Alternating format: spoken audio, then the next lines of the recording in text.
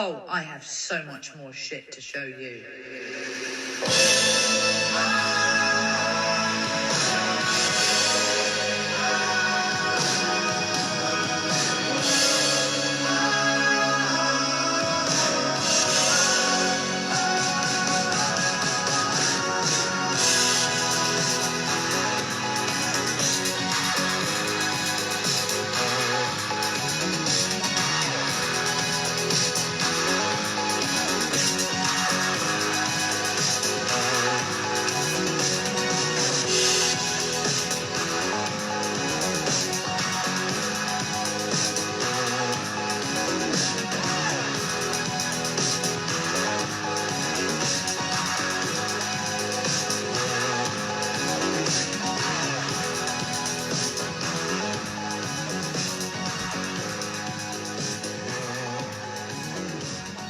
Hello, shitheads! Welcome to another episode of Show Us Your Shit. Thank you for joining us again. This is going to be a very exciting episode. An incredible comedian is here tonight and a fellow Aussie, so I'm very excited. Before we begin, if you've never seen this show before, welcome to it. This is a nightly show where I talk to someone interesting about all the amazing stuff they have sitting in their homes, ask them to show it to us, and it's been quite a journey. We're on episode 24 now, so it's been pretty amazing, and in that 24 nights of time that we've been doing this, a lot of things have happened. There's been a club that's formed. Many of the people down in the comments here are part of the club. It's called the Shit Club. If you're a member of the Shit Club, you're known as a shithead. And things like a drinking game. Every time I introduce the show, we all drink. Also, one of the nice things is there's a little bingo game that's been created. And there's been an original bingo card, which anytime certain things would happen, you could cross it off. And a 2.0 bingo card has been created. So let me show it to you here. If you go to Rigmore Hankins' page on Instagram. She's posted this up there. This is the latest bingo card, Shit Bingo. That's a little picture of Ash Gardner there, who's a previous guest on the show. Any of these things get mentioned tonight, you could cross them off. So thanks so much to Rigmore. If you're not following her yet, please do. She's absolutely rocking with the designs and the comments, and so happy to have this second bingo card. And the second thing I wanted to show you before we bring our guest in is I've realized this show is about to start getting expensive for me. I've made my first Show Us Your Shit purchase off the back of an item that's been shown on the show. So I don't know if you remember, but a couple of nights ago, we had Joel Morris, who is the co-writer of all of those Lady Bird books for grown-ups, and also, you know, for Charlie Brooker's Screen Wipe and for Peep Show and Mitchell and Webb. He's written for everything. He wrote jokes for Paddington 2. He pumped up the jokes in that, and Paddington 1. Amazing guy.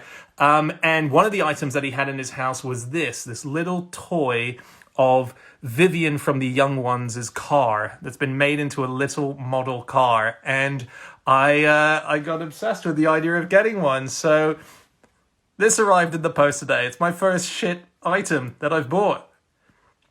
It's very cool. It's very tiny. Like it's a very tiny car.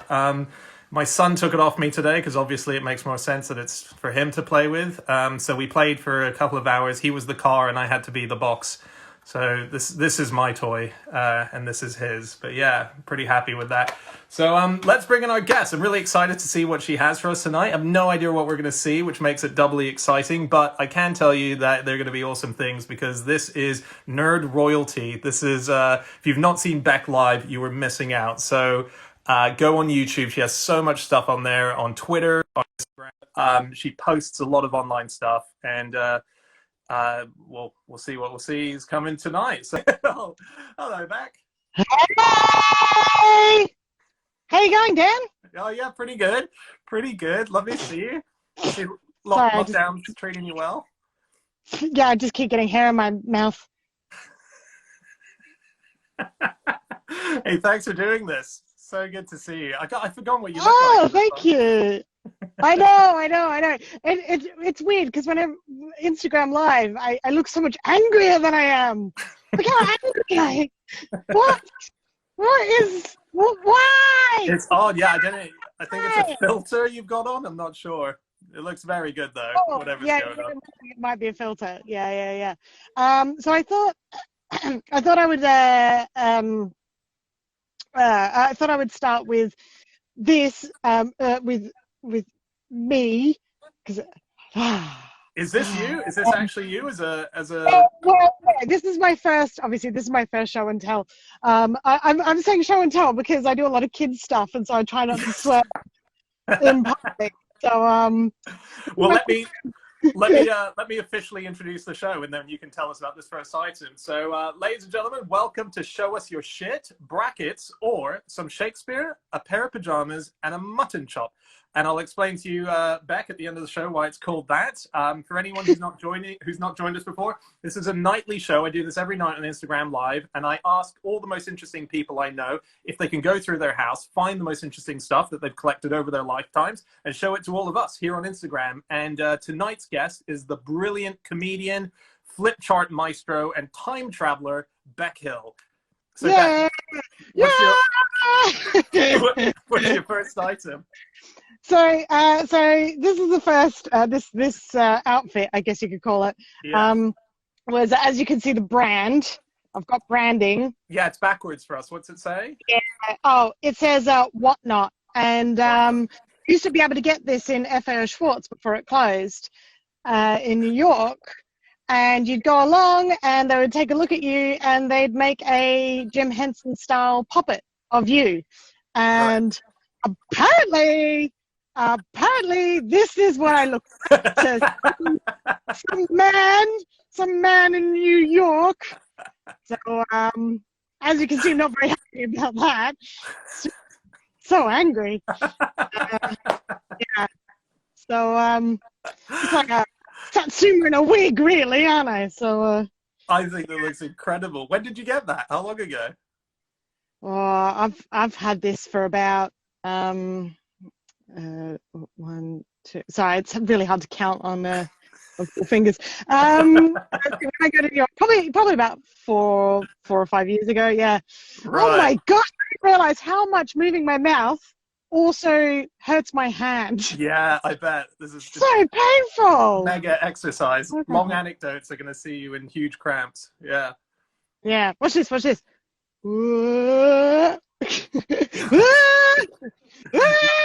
No legs. Bit of fun. I'm gonna get rid of this part because this is really painful. You're going to change the filter.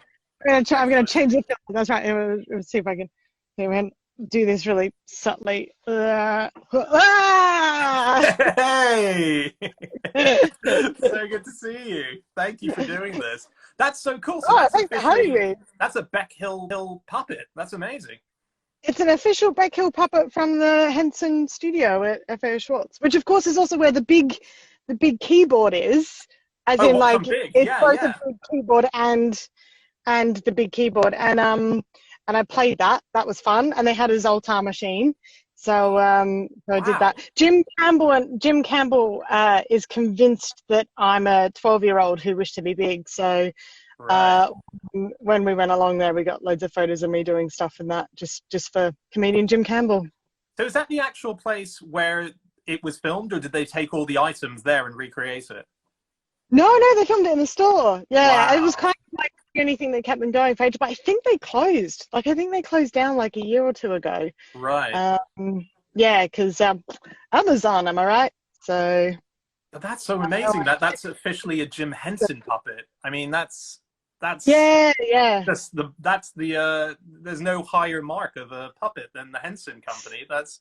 Well, or the low page stuff that they. Yeah. It's obviously work experience. I think you also. I used to work at a Galactic Circus in Melbourne, which was the 24-hour arcade at Crown Casino. Okay.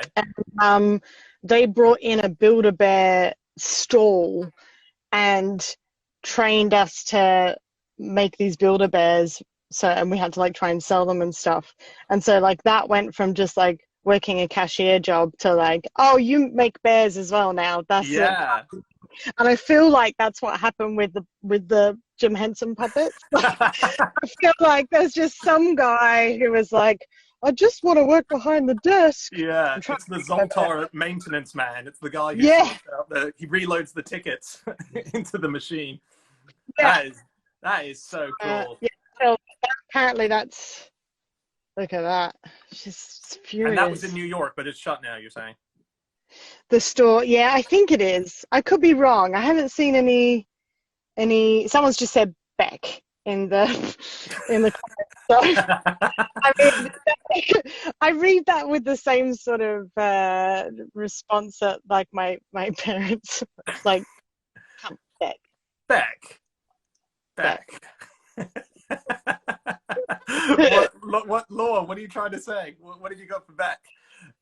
That's so cool. All right, well, what an awesome start. Give us your second item then. We've smashed through an incredible opening item.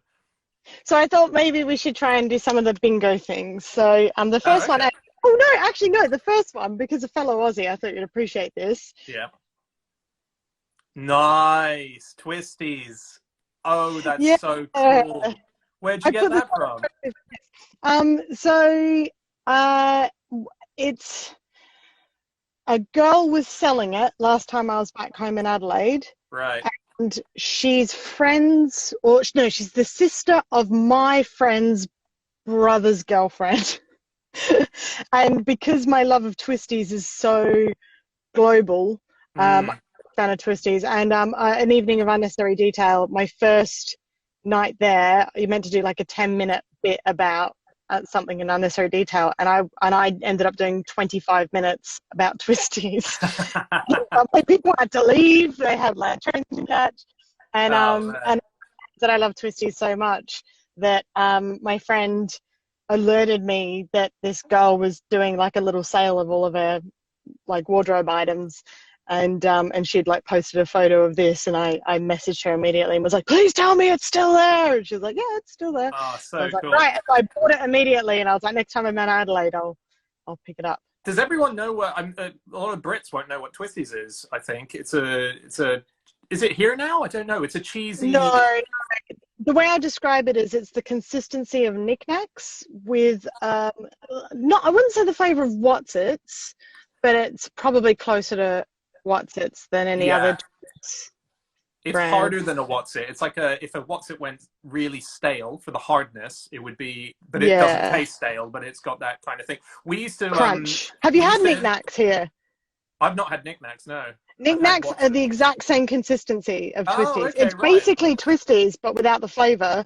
Like they've got knickknacks have like a sweet and sour flavour or something like that. Right. It is a cheese crisp corn snack thing. Yeah, someone in the comments. Yeah. Oh, what's it? Yeah, do you know, that's a really good point. And what's it is like a cheat. Are they Cheeto? They're like Cheetos, aren't they? They're little puffs, cheese puffs. They're quite puffy, aren't they? There's that type of sweet where it's like a solid stick and you bite in, it just kind of disappears, and it's like how holy bread, like Jesus bread, disappears into the sort of, it just dissipates in your mouth. It's got that kind of quality to it as well. Yeah, that's I'm pretty sure that's the consistency they're going for. Is this communion wafer? Yeah, all right, we've got it. Body of Christ. Can we get this more Body of Christ, guys? Yeah. I love that. I wish that was sold in shops. If I could have communion wafer as sold in loaves in shops, it's so tasty. I'm a big fan. It's a real. As part of lockdown, I've never had. Have I had communion wafer? I don't think I have. Like all the services I've been to have all been like we're cool guys. Like we just like sit wherever and we don't have to use pews. We're almost like Quakers, but we talk. That's the kind of services I go to. And but I've been watching St. Luke's in Holloway, which is actually a really good church for and they've got like a lot of members who aren't Christians, and they just go like the community, and they're really open about how they don't believe in any of it. They just really like the people, and it's I like it. It's really very cool. Nice people. But they have a service that they put out on YouTube every Sunday, and they encourage you to go get a little bread and a little wine and do your communion. No, really? Oh, that's so cool. And all of our bread's in the freezer, so I always end up having like slightly defrosted, soggy bread. And I try to only drink on Saturdays now, because otherwise I would just not know where to stop. So I only have a drink on Saturday, which means sometimes I go a little bit far, which means on the Sunday morning I'm like, sorry, Jesus, I'm tapping out. Can't. No wine. No. Can't even look at the stuff. That's so good. All right, let's get your next item. Right. Sorry, I think I have to do, because people dip in and dip out of the show, I reintroduce it. Hello, everyone. If you're just joining us, welcome to Show Us Your Shit. This is a show where every night I talk to someone interesting and ask them to go through their house, find all the awesome shit they've been collecting over their lifetime, and show it to me and all of you here on Instagram Live. Tonight, our guest, incredible comedian Bec Hill. So far, we've seen 2 Bec Hills. This is the second Bec Hill of the evening. The first was a puppet form. We've seen a Twisties jumper. So what's our next item, Bec? Everyone's telling you to drink. Yeah, is that... It sort of makes me reintroducing the show a lot bearable for everyone watching, that it's a drinking game. No. Yeah. I see that someone's put something to do with all I see is the word crumpets and Jesus, and I like both of those. I like where that's going, yeah. yeah, I like where that's going. That would soak up a lot of wine, wouldn't it? Loads, like a sponge. So this is my next one. This will look familiar to you. So it's probably backwards. This cool. is Paul Jennings' Uncollected, which is an anthology from 3 of his books. So they're all being put into one hardcover. And I got this when it first came out with this copy. I can tell you that this one was printed in 1998. That's when I got this. 22 years ago. And that's where Paul Jennings signed it for. Wow. And it says, because it's probably backwards again, it says, to Rebecca Hill. I know my real name's Rebecca. What? To Rebecca Hill, I'm trying to read it backwards too. I hope you will sign your book one day. Oh man, that is, I've never met anyone who's met Paul Jennings before. That is, like, I haven't met Paul Jennings, and I haven't met anyone who's ever met him. So for British people, I don't know if he made it big here, but God, he's one of the... They know his legacy, though, Round the Twist.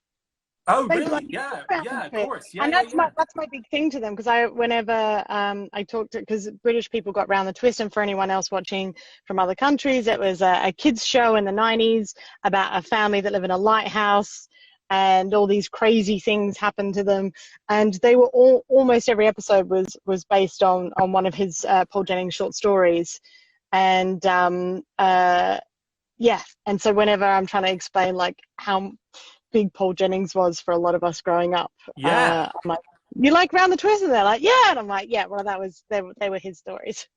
Paul Jennings was like, it's so hard to describe him. He's kind of like in the territory for kids in Australia of what R.L. Stine was. Like, he was just this, name that every library you'd never be able to get the Paul Jennings books out, and they were always such bizarre, funny stories, and it's just a hero. I can't believe you've met him. That's extraordinary. How old were you when you met him?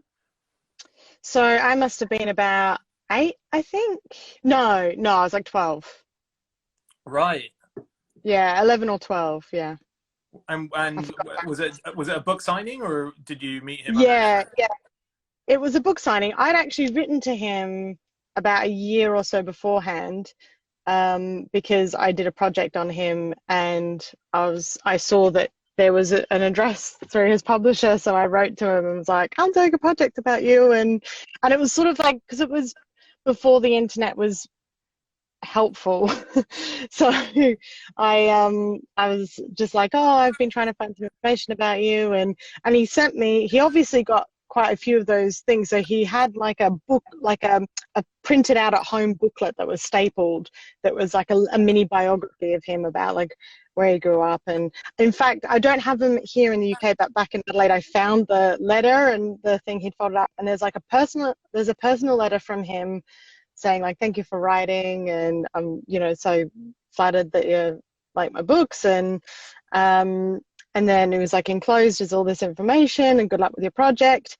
And then there was like a signed photo of him, and it's him, and I remember it so clearly. It's like a photo of him sitting in this beautiful almost like one of those classic private libraries, that mahogany feel, but it had like a real Aussie, like I feel like a lot of the wood was a mix of like Australian redwood and stuff like that. and it was just him in this big chair, like reading in his. And I was like, so badass. Like I was like, that's amazing.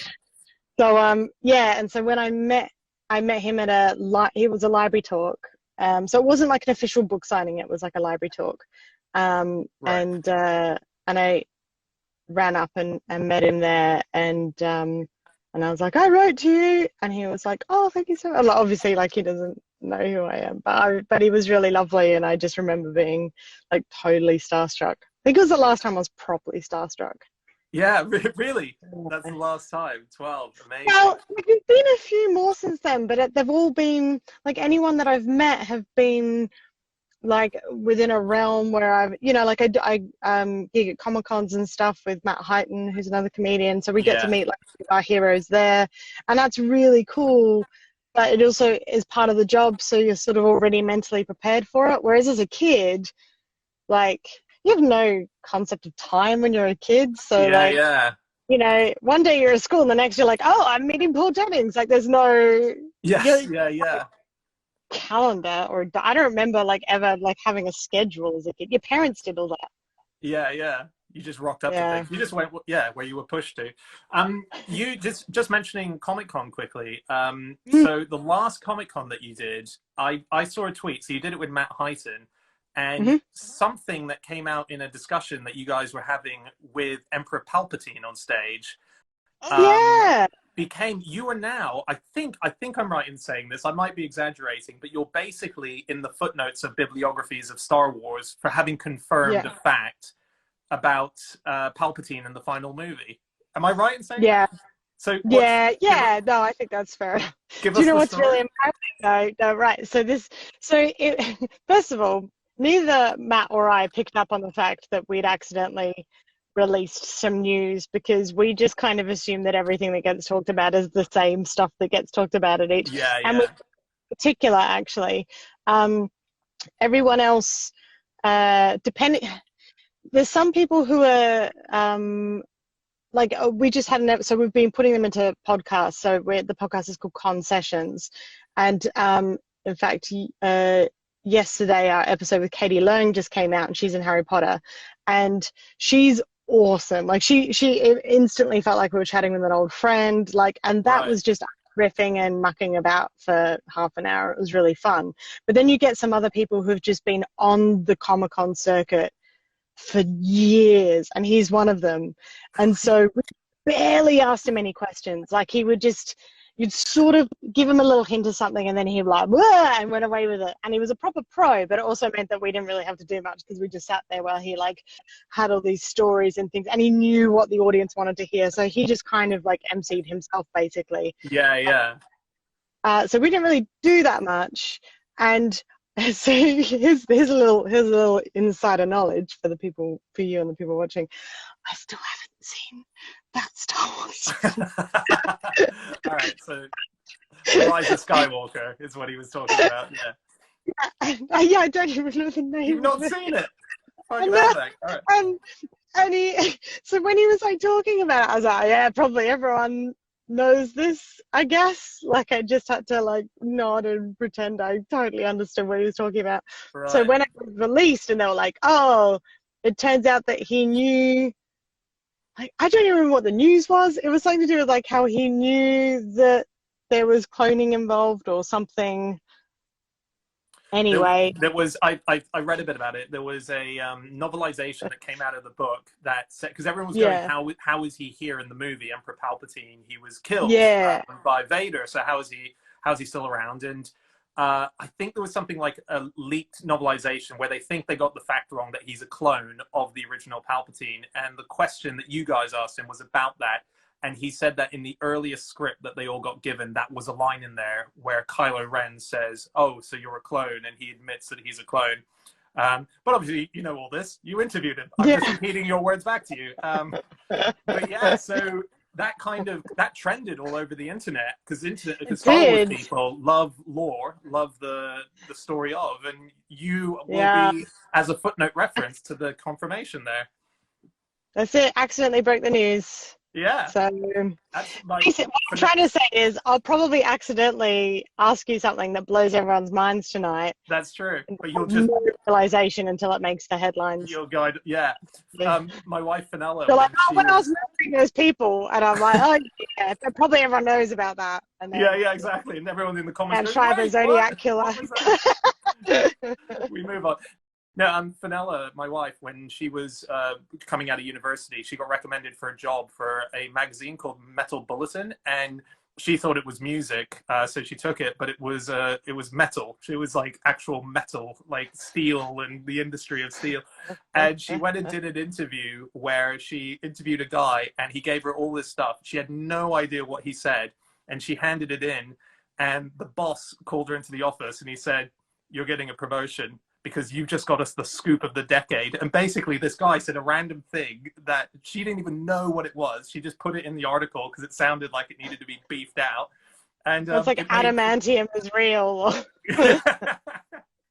yeah, no, it just made global headlines off the back of it. Wow. Yeah, Metal Bulletin was amazing.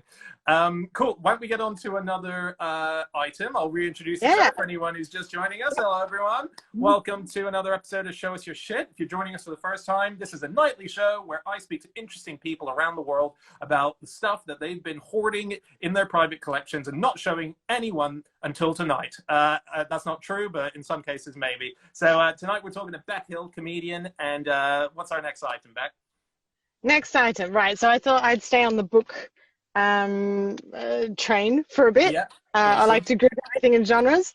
So this is one of my earliest books as a kid, and it had a really big thing on me. So again, it's probably backwards. It's a book called Goblins, and it's by Brian Froud. And that name might sound familiar because Brian Froud did all the design for the goblins in Labyrinth and Dark Crystal. I was going to say it was obvious, but obviously I'd never heard of him, so I wasn't going to assume. But yeah, you can see Labyrinth in there, even though it's a cartoon. Wow, that's so cool. Also, fun fact: Brian Froud's son, Toby Froud, was the baby from Labyrinth. Oh, cool! Nice. Oh, my headphones have stopped syncing with you, so you're coming up my phone now, which is fine. You disappeared for a second. Your Wi-Fi went, but the good news is shit Wi-Fi is part of the bingo, so you actually did. Yay! Can you hear me okay? Yeah, your voice is a bit. Talk a bit, and let's see if your voice is out of sync with your. All right, I'll talk a bit. Shall I tell you what I had for breakfast? No. Are you in sync? I can't tell if your voice and your visual is in sync anymore. I mean, I do move a lot. I was just moving around. Oh, mate. No, I think it's fine. I think we're probably fine. So cool. Okay, so his son played the baby. Yeah, so the baby in Labyrinth called Toby. His real name is Toby, and that's Brian Froud's son. So that's a fun fact. That's a very fun fact. It is very dear to me because it's a pop-up book, and that obviously had a really big impact on me. And it's a really, really beautiful book, but it just has all these lovely things. Like, I don't know if you can see down here, there's a little pull tab. So when you do things like that, oh, cool. All the trees and things end up being little goblins at the. That one's a good one. Wow. So this is so cool to see, because this is a large part of your career now, is these incredible flip chart creations, which are exactly wow. Yeah, so there's a lot of techniques in here which I sort of ended up nicking. Oh, cool. Which is but this one's obviously a lot more technical because you've got a lot of more three-dimensional type things in here. In fact, where's my favorite? This is my favorite one. And his little mouth's a bit stuck because I was a kid and I got. So I like it because he's got a little goblin inside his mouth. Yeah. But also, this is a great page because the whole point of it is that you hold it upside down. And then there's still faces. Oh, cool. This is fantastic. So it's a really, really beautiful book. Sorry? When did you get this one? Is this from childhood or? Yeah, this is from childhood. So this says it was printed in 1983. So it was actually before I was born. So I think I've had this since I was born. And I haven't been able to find it. There's a picture book version where the things move. But I haven't, this has been out of print, so I don't know if it ever had another print run after 83, but so that's a proper little treasure for me. Yeah, that's amazing. Do you have, by any chance, do you have a copy, because your flip charts, you obviously do that on the live show, but am I right in saying you've published your own sort of flip chart books? Yeah, they're not moving. So one of them is just a picture book based on the Edith Piaf one, because there were enough people that got a kick out of it that it made for a good little stocking filler at Christmas.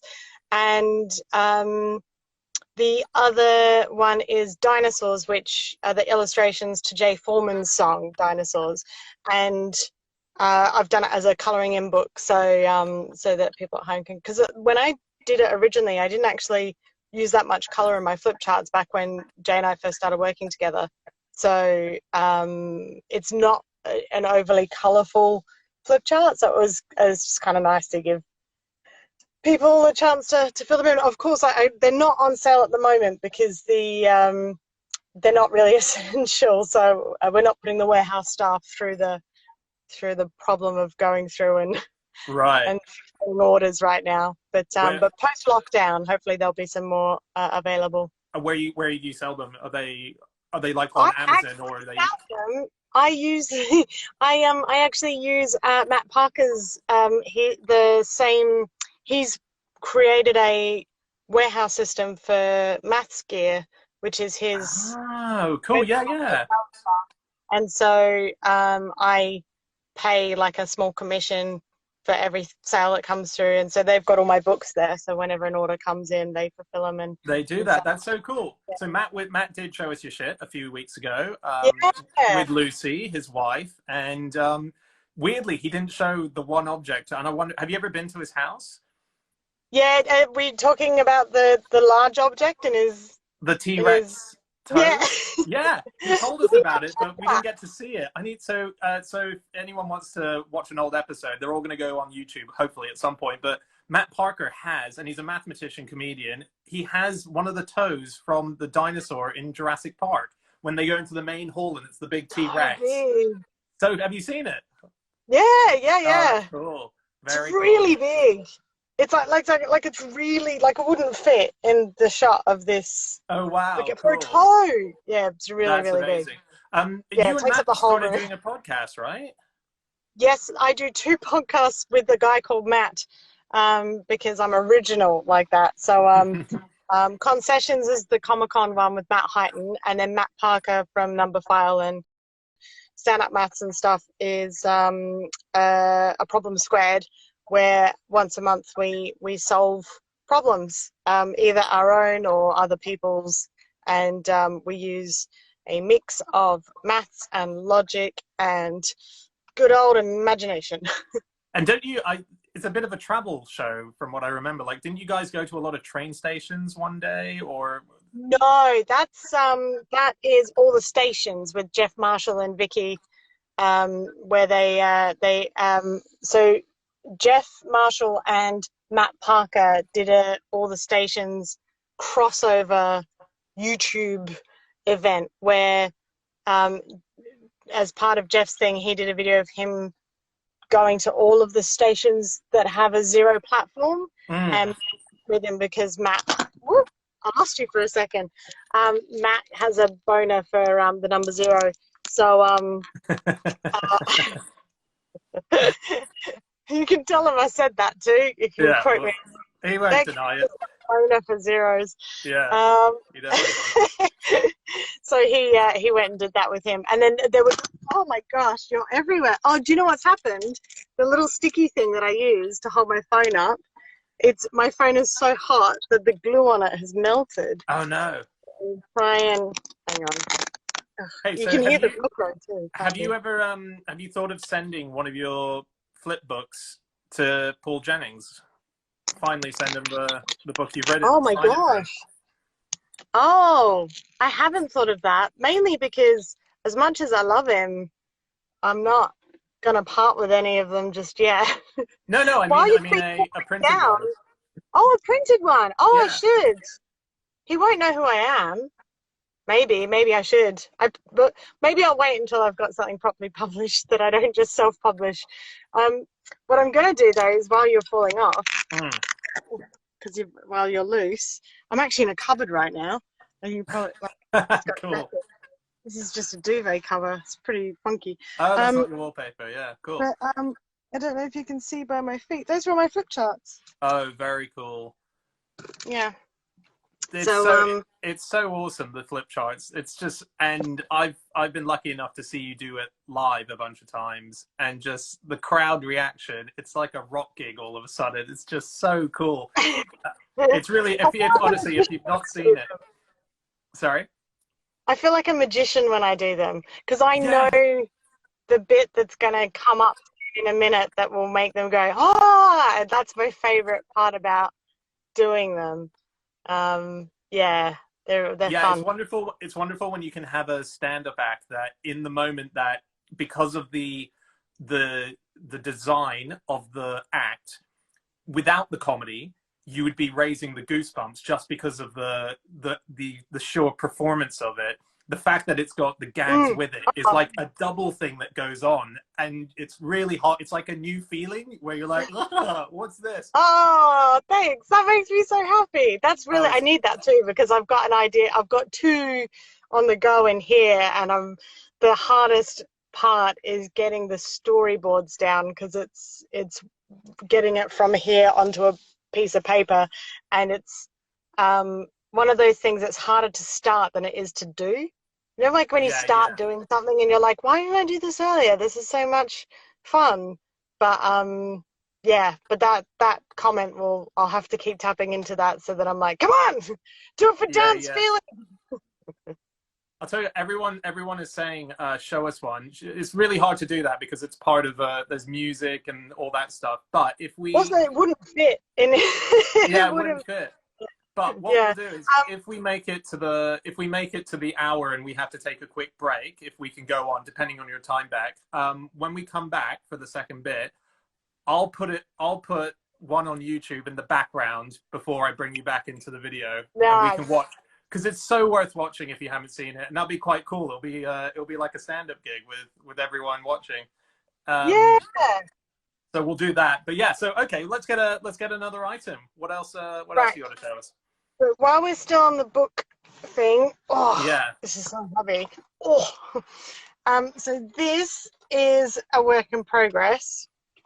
I collect like crap, like ticket stubs and lolly wrappers and things like that.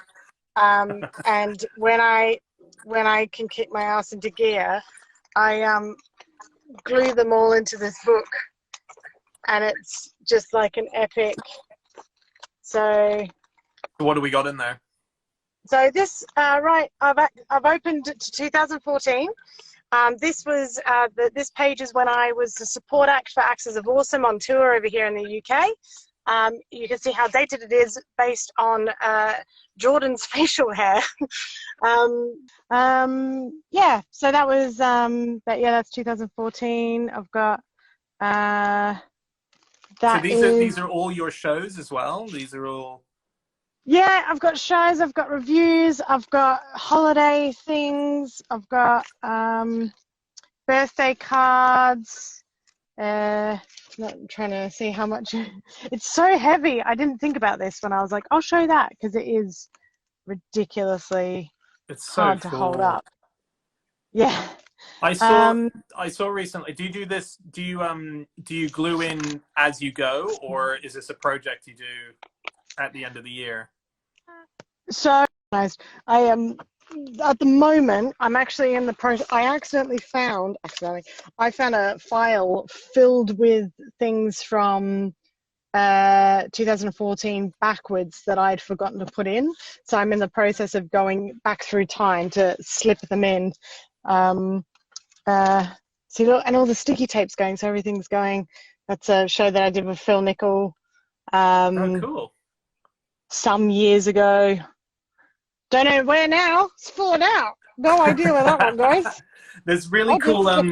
There's really cool videos of Kevin Smith, Clerks and Dogma and all that. Yeah.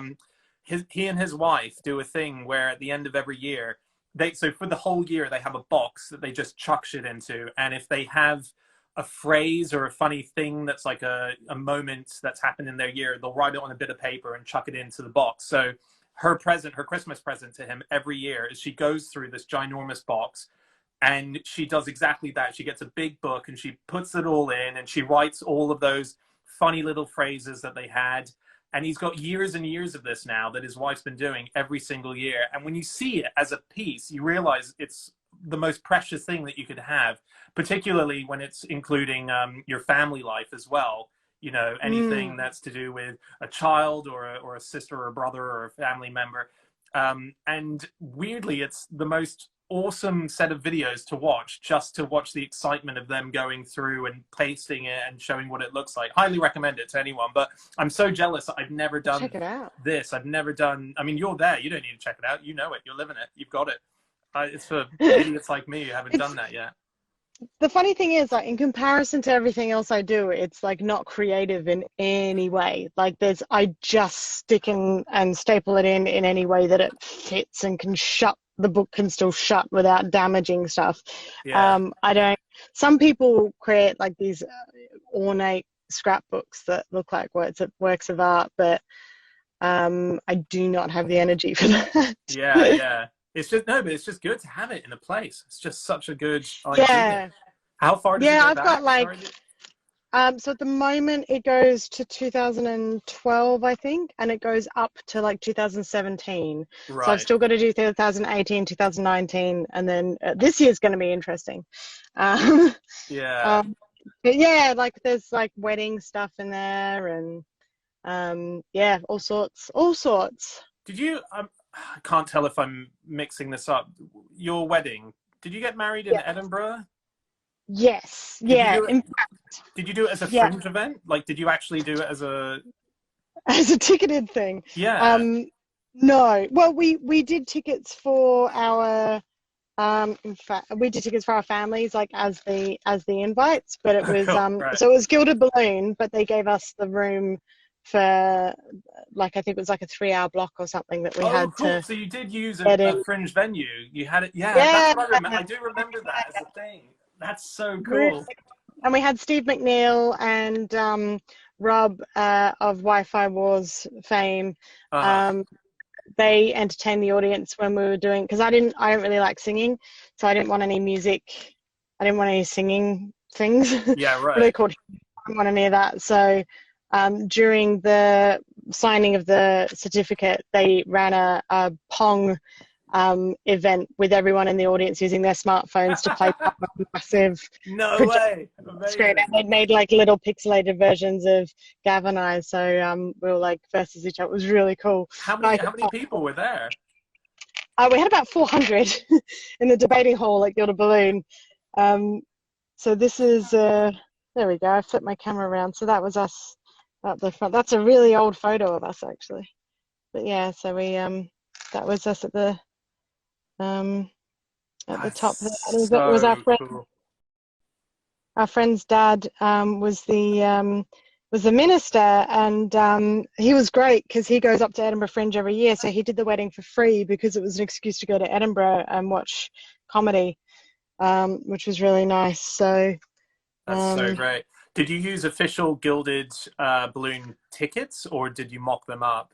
Like, did you talk? Those are our passes. Oh yeah. Is this one of our?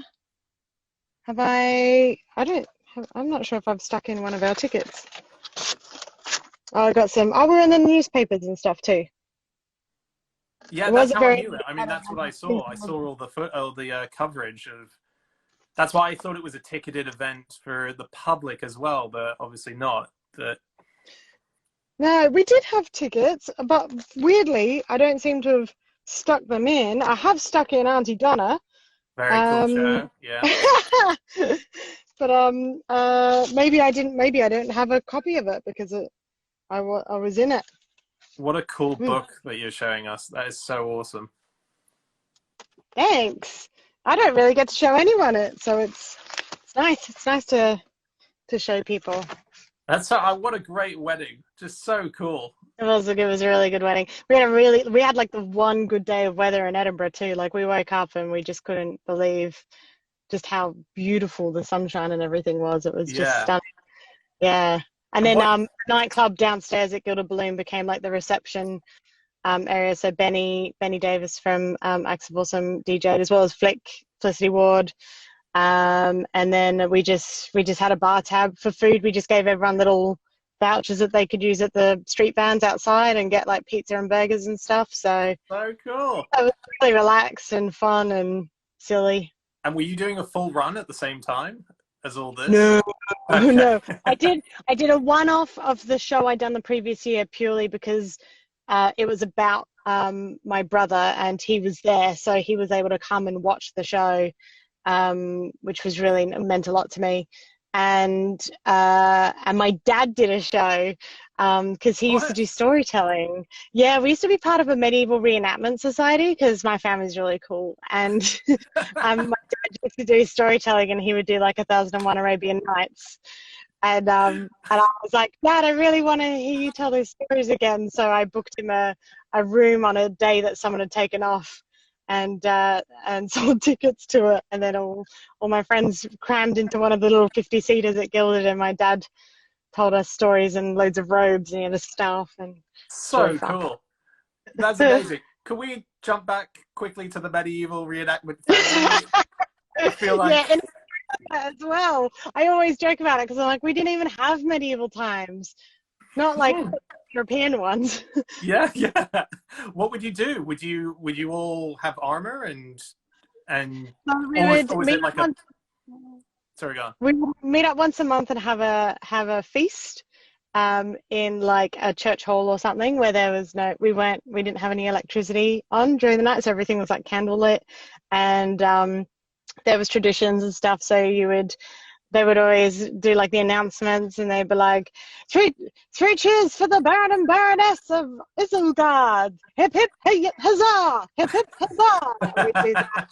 We'd all have to like wear medieval gear, and all the food would be made by members of the society, and so my mum would make a lot of stuff and serve it up, which was all like based on medieval recipes. So there was like I remember specifically there was a game where there was a lemon that would have cloves in it, and you would present the lemon to someone and they'd have to bite the clove out with their teeth, and then you would like give them a little kiss or like a kiss on the hand or something, and then they would go and, I mean, it'd be awful right now, but terrible times, but like you'd go around and give the lemon to a person, and so it just meant that like everyone would get like a little kiss or what. It sounds awful now when I say it, but I loved it as a kid because you'd have like these, they'd be like, "Milady," and I'd be like 8 or something, so I'd be like, "Yay!" and they'd be like, "Oh," and like when you're a kid, to have an adult like bow at you and be like, "Oh, how my fair maiden, how well you been?" You'd be like, "Yeah, I'm a maiden." That's amazing. Cool. It's so cool. I'll tell you, one of the other fun things that I've had in doing this Show Us Your Shit show is talking to a lot of people about their childhood and what their parents did for them, particularly people who turn out awesome like yourself. And it's really kind of, I've got a 2-year-old and a newborn who's coming up to 4 weeks old. It just makes you go, okay, cool. Now I'm sussing out how to be an awesome dad. All right, we're going to do medieval reenactments. We're gonna be building up like a whole collection of ideas for how to be. I didn't even know that other people didn't do them until I was like in my teens. I I was like, everyone must do stuff like this. They would have like big tournaments as well. So it'd be like the medieval fairs where there would be like armor and fighting and events and stuff like that. Yeah, it was pretty cool. I had a really cool thing the other day. Fairground. What are they called? Carousels with the horses on them. Yeah. What are they called? They're just the Carousels. Carousels. Yeah. Those were originally invented for actual knights to practice jousting fights on. How cool is that? So they would sit on the horses and they would give them the joust and they would go around and come back and there would be a thing for them to attack. And then it slowly evolved. And as they got further down the line, they invented the thing where you could go up and down. I think that was past medieval times at that point. But the original ones, so cute. Were for There's like a little knights. organ player in the middle. Yeah, and people pushing it around. So fucking cool. I've never done a medieval reenactment thing. I would so love to. That sounds so fun. Oh, yeah, definitely. I mean, you're in the right country for it now. There's loads of things like that out there. Yeah, there's tons. I know where they are. I've always passed them and thought, I'll definitely do them with my kids. Yeah, I think that would be great. Yourself a 20 plus. Yeah. Or you're jousting. I'll do it. Yeah, I'll bring my joust to the merry-go-rounds I go to. No, this is factually what used to happen, guys. It's cool. Don't worry. We're coming up to the point where these Instagram things cut off for an hour. Are you cool to do a couple more objects if we take a quick break? Yeah, absolutely. Hey everyone, welcome back to the final section of Show Us Your Shit. This has been such an awesome episode talking to Beck, amazing comedian, and I'm going to show you very shortly some of her act. This is an act filmed in a room as opposed to on stage, but I'll play that in a second. One quick thing to mention, so it's the 200th birthday of Florence Nightingale today, and I was talking about it at dinner time with my in-laws and my wife, and it turns out, so I actually did know this, but they reminded me tonight, that my wife, Fenella, has a connection with Florence Nightingale. Her great-great-aunt was the cousin of Florence Nightingale. She was called Marianne Nicholson, and she was one of her best friends. And I started looking into it, and it turns out that Florence wrote a lot of quite sexy letters to Marianne, was quite in love with her. So it turns out that Fenella's great-great-aunt, and then I guess she's still kind of related to Florence because it's her cousin, was her intended lover, but I don't think anything ever happened. Just quite exciting little development. I'll look into it more and see what that's about. But yeah, so happy 200th to Florence. What a hero.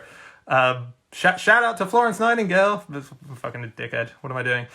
So as I said, we're going to bring Beck Hill back in. But before we do, I want to show you guys what she does because it is so fun. And she performs this live.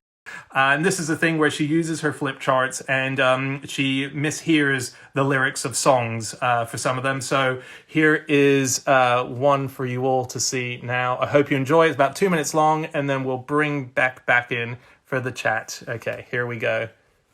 So this is recording.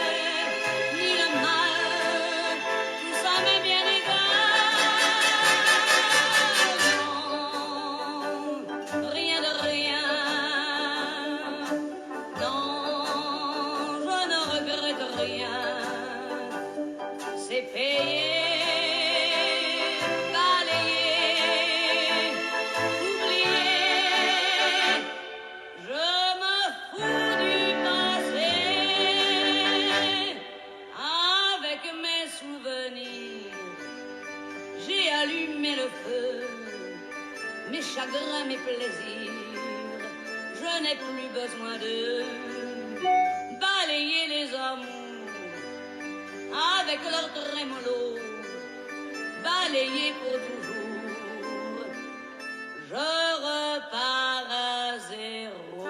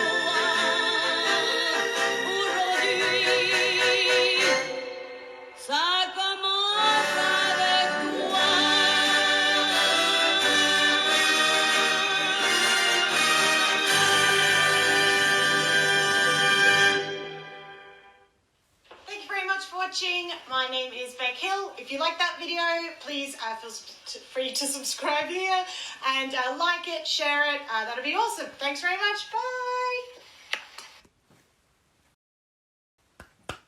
So good. So awesome. Let's bring her back in. Beck Hill, everyone. And you must follow her on everything that she does. She is... Oops, sorry. Hang on a sec. She is on YouTube. All her videos are on there. Chris was invited onto the Jonathan Ross show where she performed an original, unperformed while you were watching. Oh, it was so nice. This is just such a sign of how immature I am. If you didn't get it from all the butts that I like drawing, but I got really chuffed because during that the viewers hit 69 for ages, and I was like, yeah. Nice. So good. Oh man, that was so fun. So yeah, and you've got so many videos up on YouTube, so everyone can watch that. And you went on Jonathan Ross. I remember watching it. It was so good, and you got some lovely letter from him as well that I saw. Yeah, that was really fun. I think the best part about that was meeting David Tennant, which was like.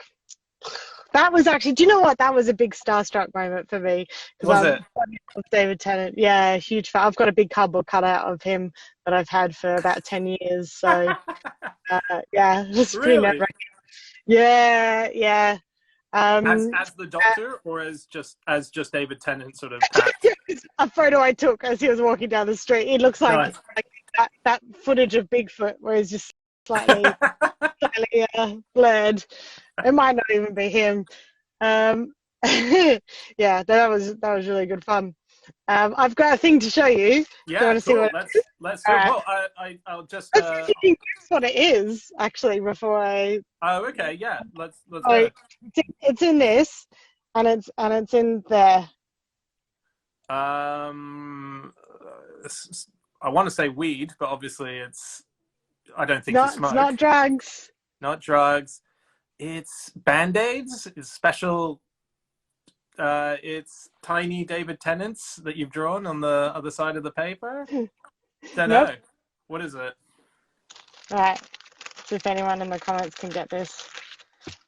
Oh, I've got to be very careful of how I open this because the contents inside are loose. Okay. All right. Hang on. Now I've got to see how I can hold this up to the camera without dropping it all. Can you see that? Are those all your teeth? No, they are all someone else's teeth. Okay. So I put a call out online. I'm really worried about dropping this. I put a call out online to say that I really wanted to, because I never went to uni, so I don't have like a qualification in anything. And I was like, oh, I would love a title. Like I would love to be able to be like, oh, I've got a doctorate or a bachelorette or bachelorette. They won't know why I don't have one. And so I put out a call saying that I wanted to be a tooth fairy. And obviously there's a tooth fairy already for children. I didn't want to step on their, shtick. So I said, I'll tell you what, there's no tooth fairies for adults. So if there's any adults out there who have teeth, either their own from childhood or like any extractions or anything, I'll pay you for your teeth. But we have to do the deal in person, so I know that you haven't just like nicked some kid's teeth or whatever. And yeah, this was a woman on Twitter replied, and I went and met her at her work in town, and in the lobby of her very important government job, we did a deal with a little plastic baggie, and she sold me all of her teeth, which she ended up giving. I think I paid her £30 for 15 teeth, and I think she gave the money to a dental charity for people who need access to dental work in other countries. Right. So now I'm an official tooth fairy. The charity bit doesn't make that any less weird. That wasn't like a nice coating. Usually that's thrown in at the end and you go, oh, okay, good cause. I don't think it worked there. I think also everything in that story was weird. I've also got my own teeth because I don't know if that counts. Those are some of my baby teeth. And I've two friends from Twitter got me this. Look at that. So they picked this up in in like a charity store or something. And basically it's what they would use when they're making false teeth or something to match. No, when they're making like a false tooth to fit in with the rest of your teeth. Yeah. And they wanted to match the oh, right. Yeah. style. So like they've got all these little numbers here, like up there. I'm trying to get it to focus. And then they would like hold it up to see like which one was your your tooth. Like when you go to get your eyes tested and they put the lenses in and they're like, can you see better? Can you read the last? It's just like that looks like cool. visual, like just to see if it would, dental color match. Someone's just pointed that out in the oh, it's a color match as well, because some of the teeth on the chart look quite yellow. Yeah, some of them are a bit more suck white. If you had to pick the yellow one, there's bigger problems there if you. Yeah, that's more. Yeah, because the shape is all pretty standard on them, so I think it's to do with the shade, maybe the size as well. Maybe some of them are bigger than the others, but yeah, that's how very cool. I think it looks like a creepy fan. Oh, that's hello, sir. Wow, that's wicked. That's bizarre. So, I didn't expect that. I didn't think teeth were going to come out. Yeah, so that's the thing I've laced up my sleeve. And then what I want to say is, if anyone's watching and has, do you have any of your teeth, Dan?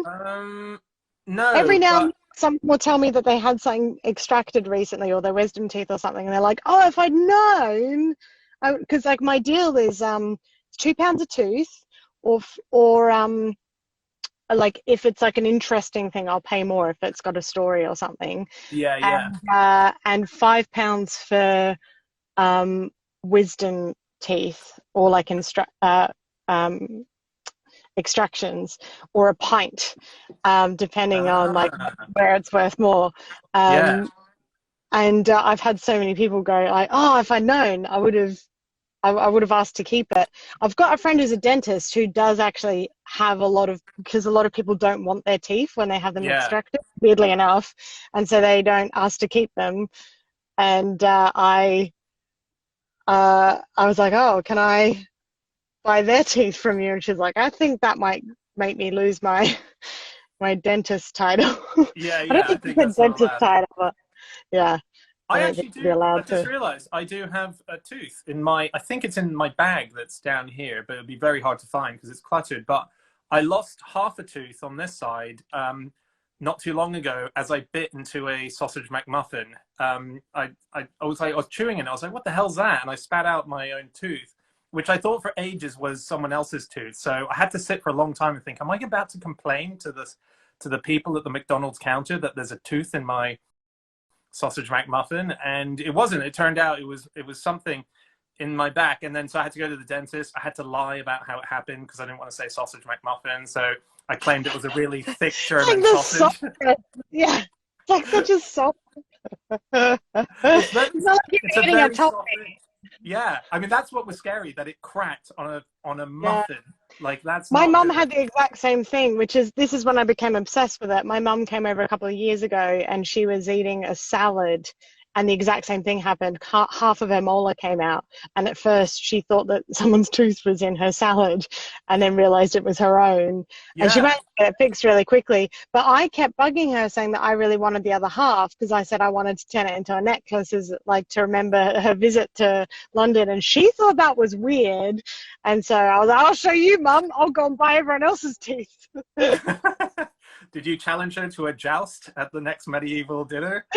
Yeah, but it's just me going around with my fairy floss and my candy floss stick, poking out people's teeth, being like, "There's an analogy."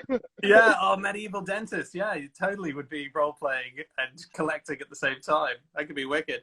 Out of curiosity, how many more objects have you got to show us? Well, that was everything. That was all the objects in the cupboard. But I thought I might show you one last thing before Okay, we. cool. Yeah. Which sort of covers. Also, I'm seeing curly whirlies are like awful.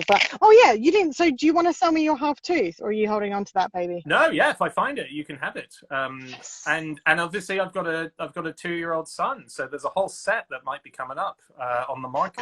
Like the other tooth fairy gets first dibs on those. Oh, okay. These are adult teeth. Okay, sorry. That's what I deal with. Very cool. Yeah. Adult teeth. It's Yeah. that way I can ask for permission and not have to sneak into people's homes.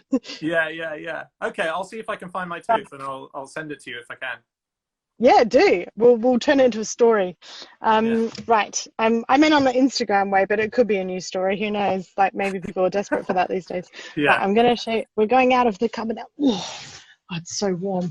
Right. Put some And lights you're in I should say for people, you're living in London, right? You're not in Australia. No.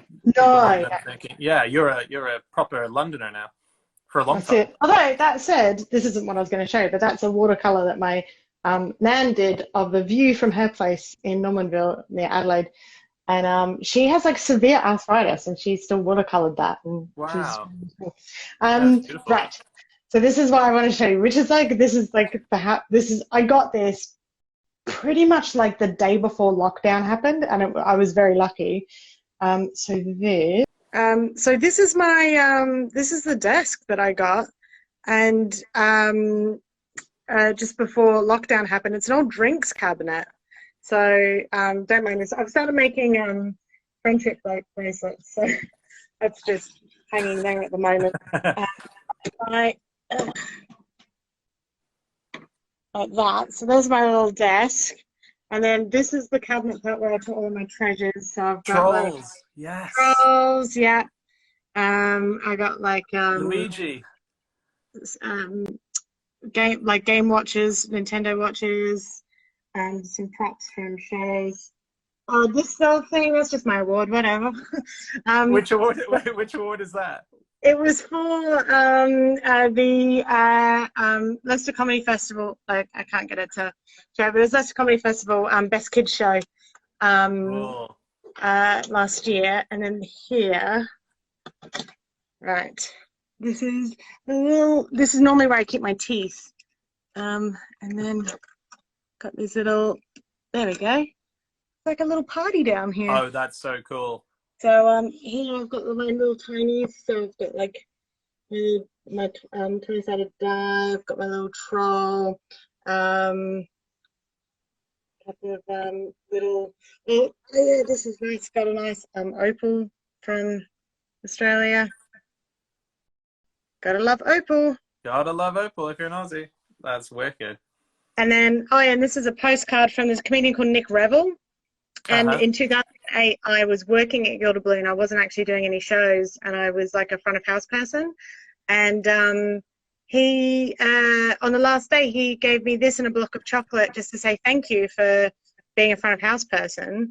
And it's just like, it was just at the end of the Fringe, and like all I did was announce when his show was and stuff. Like it wasn't, I didn't treat him any differently to any of the other people who are doing stuff, but it meant so much to me because it meant that I was seen as more than just a staff member at festival. And when I'll flip you back around, yeah. And when that happened, just when you realise like how important it is to treat people as equals, even if they're working for you, because when you work from the bottom up and go all the way up there, you start to realize just how important it is to be appreciated. So I try and keep it there as just a reminder that, like no one is below or above anyone, and we need to be thankful for all of that. That's lovely. That's so nice. Does he know that you keep that there? Yeah, so when I set this all up at the beginning of lockdown, I actually got his number and sent him a photo of it, and I was like, oh, just so you know, I have this here, and it means a lot to me. And he was like, oh, I didn't even, like, he, you know, he remembered it. And he was like, I, you know, I really always really appreciated it. We've gigged together a couple of times since then. So we, you know, we know each other well enough from that. We also had a gig in Zurich, actually, with Ben Vandervelde not too long ago. And we did a big, the next day after the gig, we spent a whole day together going like the art museum and stuff like that. So we've had like some time together since then where I've been able to sort of say like, oh, you're like, because he's like, I mean, this isn't disrespectful. He is old enough to be my dad. He's like the same age as my mom, I think. And so there is this sort of like thing where I was like, oh, I was so young when I moved over here in 2008. I was like so little, and it was just so nice to have someone of that caliber treat me just with like a bit of respect. And yeah. So I was like, this is the card, because I remembered it, but I couldn't remember exactly what it said. So I was able to send him a photo and say like, this is what you gave me. Yeah, it's just like a good benchmark of the type of person I'd like to be. It's good. That's awesome. It's the equivalent of the Uncle Ben, with great power comes great responsibility. Having these little personal things to remind you to be a good human. It's yes, it's yeah, awesome. And not the rice guy. The what? The rice guy, isn't not that the rice also... guy. His motto was shit. Stamp on everyone, get in the way of them, and eat my fucking rice. Yeah, not a good motto. Do not live by that. Oh, that's so cool, Beck. That's just everyone's commenting about what a nice thing to, not only well said, but what a nice thing to have. Why don't we wrap up now with the final moment? So as I said at the beginning, the show is called Show Us Your Shit, brackets, or some Shakespeare, a pair of pajamas, and a mutton chop. So the reason for the extended title is I read a story that during World War II, the great British comedy novelist P.G. Wodehouse was living in France, and the Nazis were descending on his house, and they were going to arrest him. And so he and his wife realized they had 10 minutes to get out of the house. And in the 10 minutes that they had, she said to him, grab the most important things from the house. And the three things that he considered to be the most important things to take out of the house were some Shakespeare, a pair of pajamas, and a mutton chop. So my question to you is, same situation, Nazis are descending on your house. You can take those, you've got those three objects. I'm giving you P.G. Wodehouse's three objects, but you can take one extra thing. The one thing, what are you taking? How big is the one thing that I can take? I think that's allowed. That's definitely allowed. Cool. In that case, I'd take my drinks cabinet desk and everything that's in it. Yeah, love it. Perfect. That's amazing. And you've got 10 minutes to stuff as much shit into it as you can before lobbing it out of the house. So that's, Yeah. I mean, perfect. I had to carry it in, and it was, I mean, yeah, it'd be, I'd just end up dying. I would end up dying trying to carry it out of the house. I'd be happy. Have a smile on my face. No, you'd be fine. You'd charm the Nazi with your niceness, and he'd help you carry it out. You'd be like, oh, she's so funny. Well, thank you so much for doing this, Beck. This has been so fun. Awesome to hear your stories and see the stuff. And where can people follow you? Give us a few handles and a few things to look at, because your Soho shows are up on mine as well, aren't they?